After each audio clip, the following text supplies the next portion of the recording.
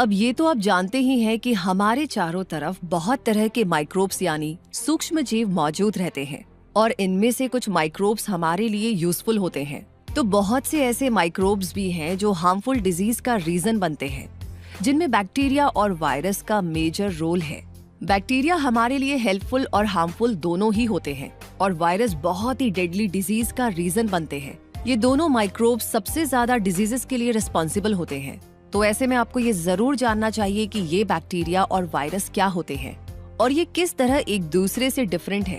तो चलिए फिर आज के इस वीडियो में आपको यही बताते हैं कि बैक्टीरिया और वायरस किस तरह के माइक्रो ऑर्गेनिजम्स होते हैं, ये कहाँ कहाँ पाए जाते हैं, कौन सी शेप्स में मिला करते हैं, कौन सी डिजीजेस का रीजन बनते हैं और इनमें आपस में क्या मेजर डिफरेंसेस है।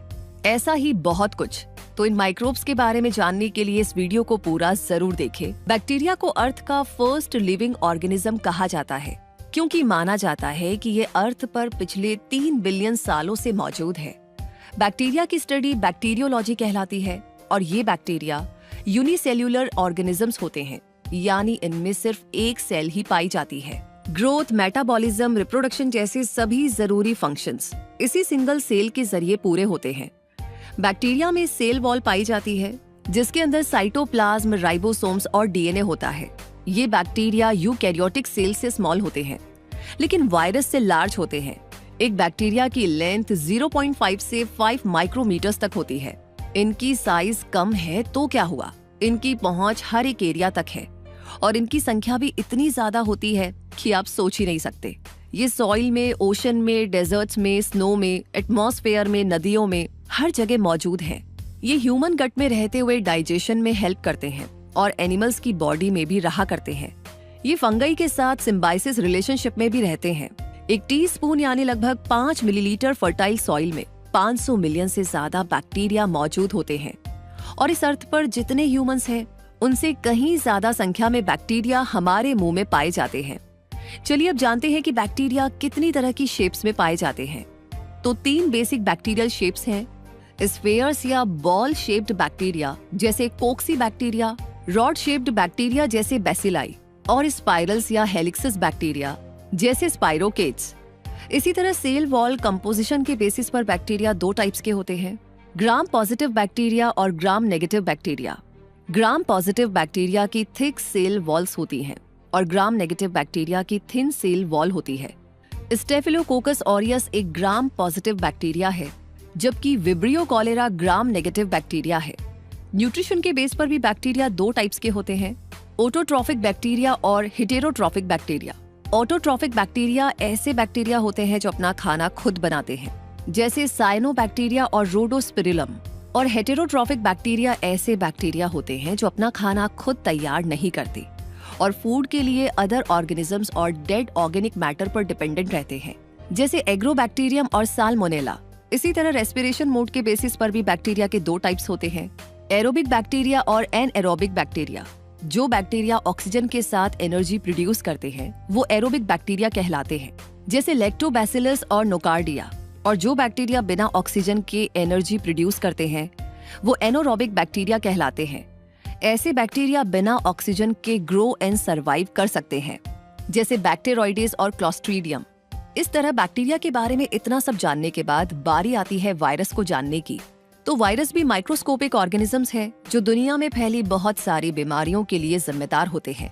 वायरस की स्टडी को वायरोलॉजी कहा जाता है। ये बैक्टीरिया से स्मॉल साइज के होते हैं, ये बहुत सी साइजेस में पाए जाते हैं और ज्यादातर वायरसेस के साइज 20 नैनोमीटर से 400 नैनोमीटर के बीच होते हैं। ये हमारी बॉडी सेल से 100 से 1000 गुना तक स्मॉल होते हैं। इन्हें लिविंग ऑर्गेनिजम्स नहीं मानने के कारण ये है कि वायरस लिविंग ऑर्गेनिजम्स की तरह फंक्शंस नहीं कर सकते, जैसे ही अपने फूड को एनर्जी में कन्वर्ट नहीं कर सकते, रेस्पिरेशन और एक्सक्रीशन भी नहीं कर सकते। लेकिन क्योंकि ये लिविंग ऑर्गेनिजम्स की तरह रिप्रोडक्शन कर सकते हैं, भले ही इसके लिए ये होस्ट पर डिपेंडेंट रहते हैं, इसलिए इन्हें living and non living things के बीच का एक लिंक भी मान लिया जाता है। रिप्रोड्यूस करने के लिए इन्हें जिन होस्ट सेल की जरूरत होती है वो ह्यूमंस, प्लांट्स, एनिमल्स, बैक्टीरिया और फंगाई हो सकते हैं।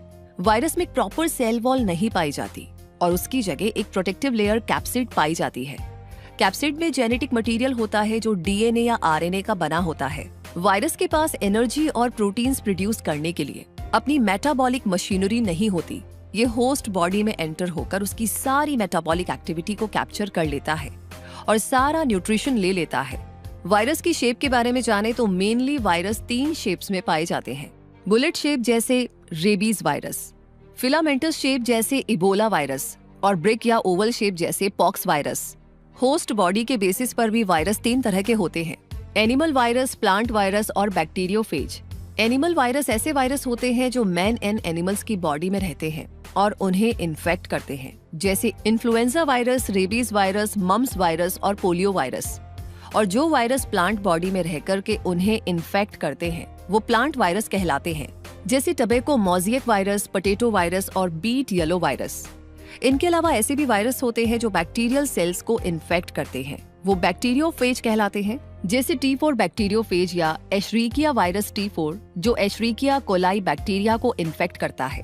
तो बैक्टीरिया और वायरस के बारे में यहाँ तक जान लेने के बाद अब ये जानते हैं कि ये कौन कौन सी बीमारियों का रीजन बनते हैं। तो बैक्टीरिया से होने वाले इन्फेक्शंस और डिजीजेस में शामिल है sore throat, food poisoning, tuberculosis, cholera, meningitis, urinary tract infection, syphilis, gonorrhoea और लाइम डिजीज। वहीं वायरस से होने वाले इन्फेक्शंस और डिजीजेस में शामिल है influenza, common colds, measles, mumps and rubella, polio, rabies, कोविड-19, चिकन पॉक्स और HIV। बैक्टीरिया और वायरस से होने वाली ज्यादातर डिजीजेस डिफरेंट होती है, लेकिन इनके स्प्रेड होने के तरीके सिमिलर हो सकते हैं। यानी एक इन्फेक्टेड पर्सन के खांसने और छींकने से ये दोनों ही इन्फेक्शंस स्प्रेड हो सकते हैं। इन्फेक्शियस पर्सन से क्लोज कांटेक्ट रखने पर इन्फेक्टेड सर्फेसेस के कांटेक्ट में आकर, इन्फेक्टेड एनिमल्स और इंसेक्ट्स के कांटेक्ट में आकर और बर्थ टाइम पर मदर से बच्चे में ट्रांसमिशन जैसे तरीकों से ये दोनों ही इन्फेक्शंस स्प्रेड हो सकते हैं। वैसे अच्छी बात यह है कि बैक्टीरियल इन्फेक्शंस और वायरल इन्फेक्शंस दोनों ही ट्रीट किए जा सकते हैं। बैक्टीरियल इन्फेक्शंस को एंटीबायोटिक्स से और वायरल इन्फेक्शंस को एंटीवायरल मेडिकेशन से ट्रीट किया जा सकता है। वायरल इन्फेक्शन से प्रिवेंशन के लिए बैक्टीरियल इन्फेक्शंस के कंपैरिजन में ज्यादा वैक्सीन्स अवेलेबल है, जैसे hepatitis A, hepatitis B, influenza, rabies, polio, measles, mumps and rubella vaccines. और अब अगर बैक्टीरिया और वायरस के बीच की सिमिलैरिटीज और डिफरेंसेस को क्लियर करें तो इन दोनों माइक्रोब्स में कुछ सिमिलैरिटीज तो है, जैसे कि ये दोनों ही माइक्रो ऑर्गेनिजम्स हैं और डिजीज स्प्रेड करते हैं।